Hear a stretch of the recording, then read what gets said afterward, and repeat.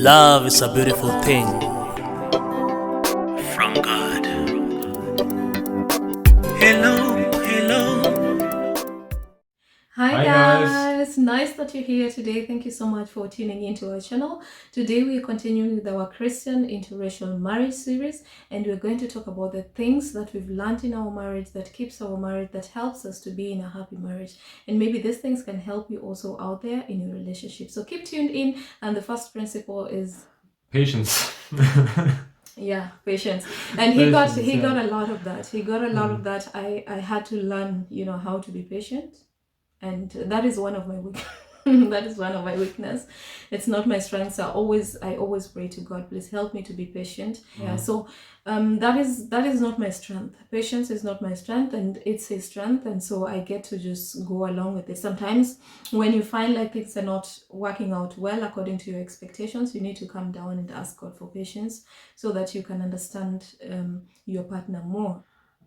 Yeah, there are things you know it also for yourself. There are things even when you're patient, what makes you impatient, and I think this is the goal to reach, to stay also patient in that in these situations, to show your spouse that like you can handle this, or you're in control in this, and of course with God all things are possible. So the second thing that you would like to talk about is being kind to one another, not being mean to each other. So even if someone wrongs you and you feel like, you're burning inside with anger, you just want to say something bad, just calm down, ask God to calm you down, and then you can be just kind, also kind with your words, as well as being kind with your actions. Because many of us, when we are overwhelmed with emotions, especially women, we just want to release one word after the other, and so you just say a prayer and say, God, this is really irritating me at the moment. Help me still to be kind, to be kind to my husband, to say words that are uplifting and not that the words that are going to put someone down. Yeah, I was just thinking, like she said, there are situations when you're in a discussion, for example, when you want to discuss some things, maybe you see this thing what you discuss, you see it in this way, but your wife or your husband sees it in the other way, and maybe you're not comfortable with the way your spouse seeing this, and you want to like lift your voice, or you want to say something.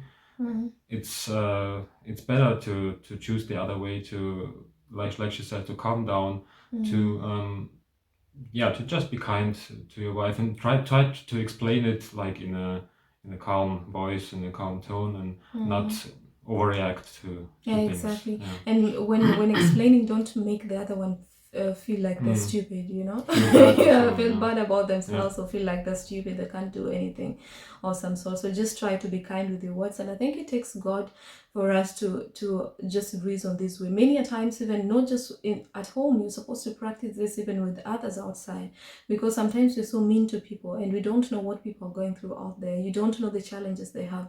So if we try practicing out there also, it starts of course at your in your home place. You try practices at home, and when you go outside, extend that to others, because many people are going through challenges in life, and if you just come out there with your unkind words, with your meanness, it doesn't help anyone, it doesn't uplift anyone. And one person once told me that if you don't have anything positive to tell someone, just keep quiet, just keep your negative opinion to yourself, and go your way before you end up messing the whole situation. Yeah. When you're arguing, for example, when you have an argument with your spouse at home, try to solve it before you go out to and meet other people, and because then if you didn't solve it, you go out and have this thoughts in your mind, have this anger maybe in you, and you could release it on someone who is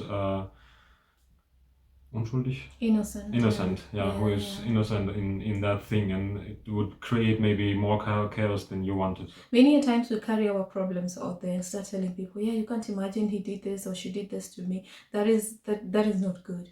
Solve your problems at home. And if you feel like it's too heavy for you to solve, like if you're a Christian, go on your knees, ask God, how can we solve this? And if you still don't see any possibility, I mean, you have people in your church who can help you, like your pastors, your elders. You and talk to them, and without, blowing the trumpet out there, because just someone wronged you. I mean, anyone can wrong you anyway, so be kind in everything that you're doing. We want to talk about the third thing, that is being supportive of each other, and supporting each other in all the ways. It can be supporting each other's ideas.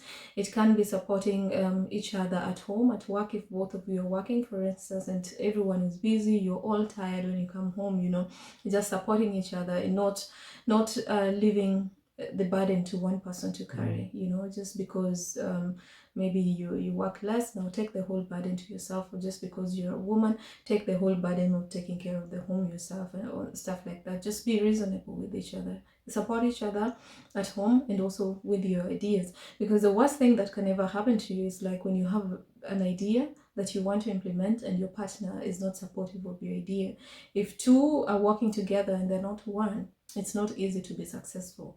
It's not easy. So you have to be one in everything. Support each other's ideas. It can create also disagreement, chaos, and I mean, when you want to get married, or when you're married, you are two different people, and maybe one of you have this dream, the other person has this dream.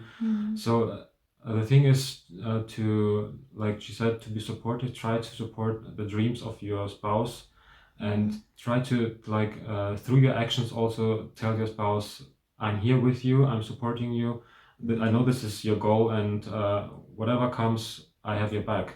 Just to know that someone is there for you and supporting you and cheering you, because your partner is the one who is supposed to be your best supporter, your number one supporter, someone who cheers you. Because when the world is so aggressive out there and everyone is discouraging you, then you need that one person, your partner, to be supportive of you, to encourage you, to help you go through those challenges. So that is very, very important.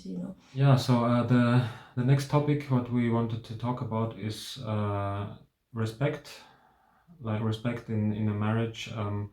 For example, when I want to do something, like I have this thought in my mind, I want to accomplish this, and then my wife would come and would be like, yeah, you can't do this. This is not the right thing for you, and maybe you're not meant to do this, and it's like a form of this discouragement. This is also a way of not showing respect to your spouse. And the other thing is when one of, like, either the wife or the husband is talking about the other's weakness in public, like talking to other people about your husband's or your wife's weaknesses. It's not good to do this, like, in front of other people, to talk about some other of the weakness of your spouse. I think for us men, respect in marriage is really important. And when my wife comes to me and asks me for advice, this shows me she respects me, she respects my opinion, she wants to know what I'm thinking about it. The other thing is, if you would go out and leave your partner like that and ask advice from other people. Also, not showing interest in what your partner is doing or what your partner is thinking. Just living your own life, living in your own interests, doing what you like, and what your partner is doing is, I don't care.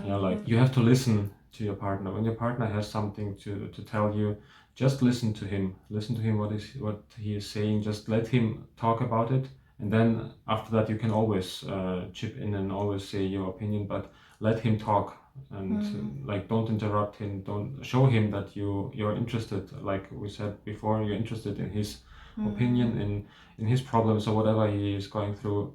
Show him this the interest. So add on top of that is respecting each other's boundaries. So there are things that he doesn't like and I know he doesn't like, and the things he knows that I don't like. So just respect those boundaries.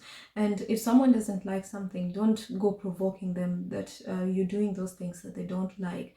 Or even if they're not seeing you and they don't like those stuff, even if they're not there, don't still do it. It's just a matter of trust because they don't like it. So you just leave it, you know. It can be small things like, you know, how the bathroom is left, you know, if your partner maybe wants to put the toilet seat, once the toilet seat is always down and you keep on leaving it up, you know, with the intention like, nah, but it's not bad, I leave it up, it doesn't do anything to anyone. But that small thing might be irritating to your partner. So if it's irritating to your partner, stop doing it.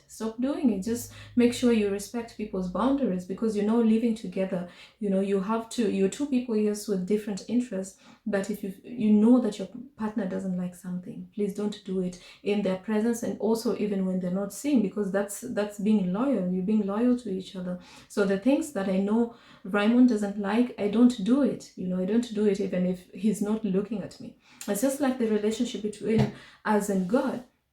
Just because God is not, you know, you think someone is not looking at you, so you do things that are contrary to what you're supposed to be doing. But one thing you don't know is that God is still seeing you, you know. So be good in all times, you know, and just try to respect the boundaries. Yeah, so that is what we had in store for you today as we continue, you know, sharing our experiences in marriage.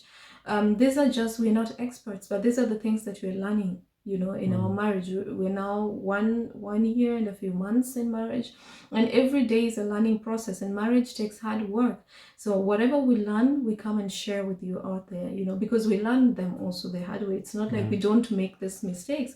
We've made the mistakes and we realize, okay, this is not the way to go, and then we jot the points down for you to help you out with your relationship so that you don't make the same mistakes as we made. You know, don't wait to make mistakes so that you can learn out of it. There's free information out there. Just learn and do it right. So God bless you so much for tuning into our channel. Till next time, God bless you so much, and yeah, keep in touch. Thank you for watching. Bye bye. And we'll see you in the next video. Yeah. Bye. Give me love, give me all your love.